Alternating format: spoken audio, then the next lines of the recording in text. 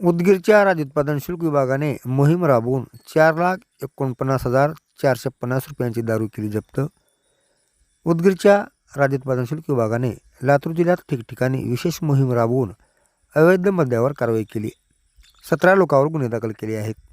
राज्य उत्पादन शुल्क विभागाने दिलेली माहिती अशी की लातूर जिल्ह्यात 11 डिसेंबर ते 26 डिसेंबरपर्यंत अवैध दारू विक्री करणाऱ्यावर कारवाई करत 4,49,450 रुपयांचा मुद्देमाल जप्त केला आहे। या कारवाईत अवैध दारूची वाहतूक करणारे 4 वाहनेही जप्त करण्यात आली असून 17 आरोपींना अटक करण्यात आल्याची माहिती 27 डिसेंबर रोजी प्रसिद्धी पत्रकाद्वारे दिली आहे।